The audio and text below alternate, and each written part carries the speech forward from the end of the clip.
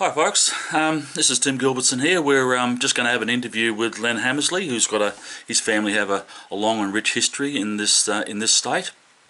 Now we're on one of his bush properties here, where he's built basically a replica of a shepherd's hut, because their family were all stockmen right from day dot, and he's built it in that style. So there's bush timber here, but he's added a few extra features here, like insulation and lights and fridges and things like that, just to make it comfortable.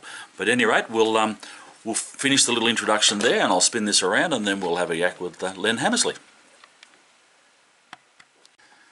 Okay, as promised, now we're sitting here with Len Hamersley at his table, and we're going to have a little bit of a yarn with him, and he's going to tell us his history, and it should be enjoyable. So we'll go from here. How are you going, Len? I'm going very well, and welcome, Tim, to one of my venues where I come from time to time and study the bush, help the bush, and I've become a guardian of the bush country. Where I came from was, on both sides of my ancestors were fourth generation settlers, came from Ireland and England, and they developed all through of Western Australia. They had property, and above all, and probably one of the most important things, was they had a very good working relationship with the local Aboriginal people. I can well remember seeing photos of men like Jankra, Towser, Pincher in three-piece suits. And my mother's nursemaid, Nuri, who was nursemaid for my mother and her 5 siblings, until they all went off to boarding school. And Nuri was a big lady, dressed in a long dress right to the ground. And then I can remember other men that followed that were had white fathers, men like Joe Lawson, who was a grey, black old gentleman. And there was Charlie Broad, Charlie Brockman. I remember those men. They'd worked with my father. Now, I grew up in a Christian home, and where everything was important in as much as honesty and respect for other people. And I think that that is a very, very important thing that we must remember. Now, I started learning how to look after the bush at a very young age. Virtually as soon as I could ride a horse, I used to go with my father, and we would ride round the sheep all the winter, every second day. And during the summer, we burnt the land. And I well remember the most important thing that was a bushman needed was a rifle and a bottle of strychnine. He carried it all the time. That was to control the land. And my father, he, with his uncle, John McLean Hamersley, they ran a stretch of coastal country from the Three Springs, which is south near Green Head, and north to the north of the Arrowsmith.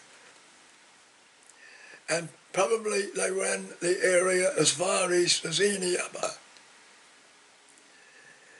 They controlled all that land off the back of a horse with a box of matches. And I'll explain a little bit later just how that was done. Now the country has to be mosaic burned. The original inhabitants here mosaic burnt, and the colonials very soon learned how to control the land by mosaic burning. Probably, from what I could gather from my ancestors, was that the colonial had a different style of mosaic burning to the original inhabitants, both achieved the same result, but the settlers did it probably on a more regimented system, whereas what they found out that all this coastal country will burn from 5 to 6 years. 6 years is the best time to reburn. Now, if you burn it in mosaics of, say, 10,000 acres, you can burn one against the other, because what was burnt 4 years ago won't carry a fire. What was burnt 5 years ago might carry strips of fire, but 6 years it will carry a fire. So you can burn one of those against the other. Any good bushman knows what the weather's going to do. He can pick the wind. The wind will go round at 1 o'clock for the sea breeze. And that was how they did it. They both, the settler and the original people, received the same result.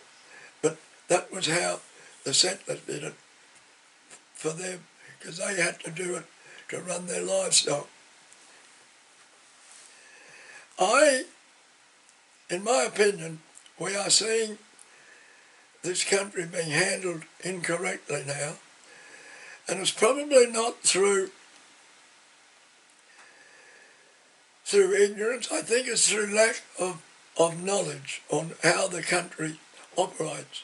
What we are seeing is all this coastal strip right through being burned approximately every 25 to 30 years, and we are generating such hot fires that when you have a hot burn, what happens is all the deep-rooted things like the wattle, corkbush and other pests all put their roots down, and that overrides the indigenous herbage that is useful as stock feed, and we're seeing this country get thicker and thicker. Now, I can well remember my uncle Robert Hamersley, who lived at Fairfield at Walwaite, and Jack Broad, who worked with my father on the coastal strip. They said as boys they could walk around where there is now wattle thickets. They could walk around in those days and shoot wild turkeys in low scrub. But now we are seeing this through bad handling of the bush and also the effects of the rabbit. Now, the rabbit plague was something that came through at the end of the Great War, 1918, and they reduced all this country to a very, very different structure.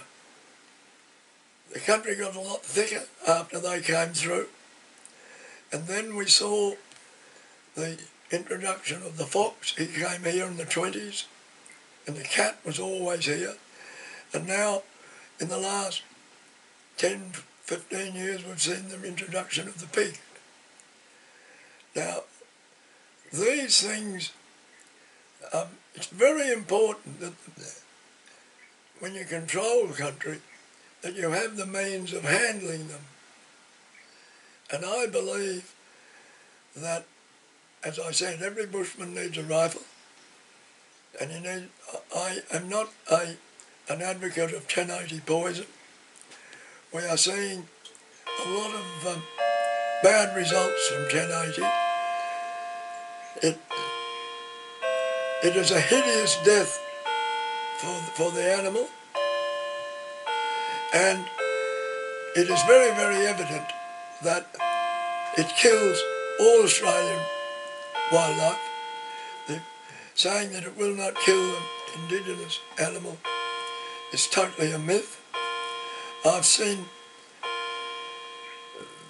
wild turkeys, I've seen wild ducks, all flapping around on the ground from 1080, where we saw the department poisoning with grain, poisoning rabbits, and they cleaned up so much of the landscape.